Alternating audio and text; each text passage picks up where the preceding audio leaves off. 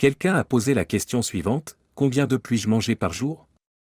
La première chose dont nous parlons, c'est que lorsque vous achetez des œufs, vous les voyez sur de nombreuses étiquettes et emballages différents.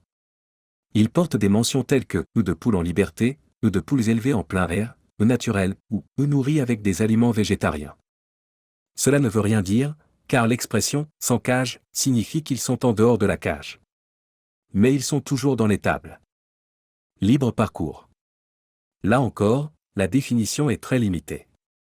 Qui sait ce que cela signifie? Naturel.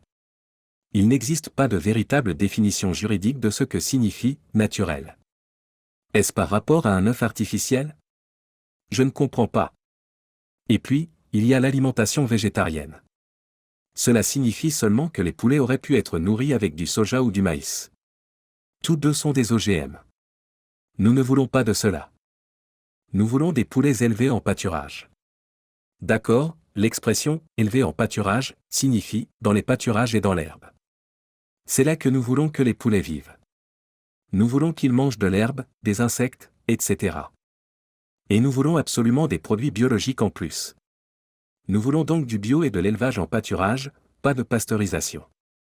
Nous voulons des œufs de poule élevés en pâturage. Nous voulons des œufs de poule élevés en pâturage. Ce qu'il y a de bien avec les œufs, c'est qu'ils contiennent beaucoup de nutriments, des tonnes de vitamines liposolubles comme la vitamine A. Les œufs contiennent également de la vitamine K2, de la vitamine E, des acides gras oméga 3 et des protéines de haute qualité. C'est en quelque sorte un aliment complet et parfait. Il contient des vitamines B.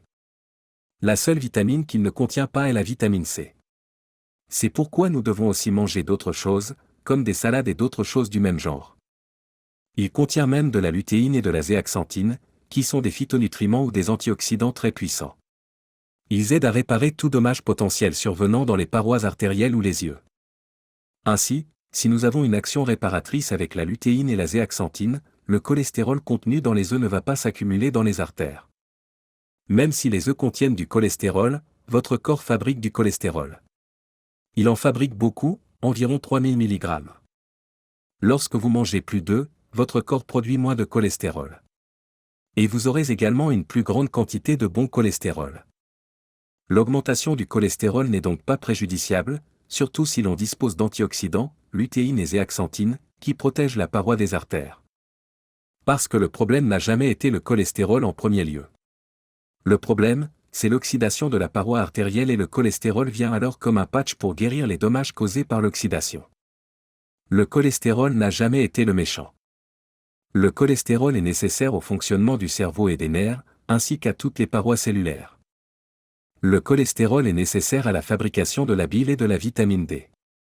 Le cholestérol est nécessaire à la fabrication des hormones. Il y a donc plus de problèmes liés à un faible taux de cholestérol qu'à un taux de cholestérol élevé. Combien d'œufs peut-on manger par jour? Autant que vous voulez. Je mange 4 œufs par jour. On peut en avoir plus. Vous pouvez manger 10 œufs par jour. Ce ne sera pas un problème. Merci d'avoir regardé. Si vous avez trouvé ce contenu utile, veuillez vous abonner à la chaîne pour plus de contenu utile.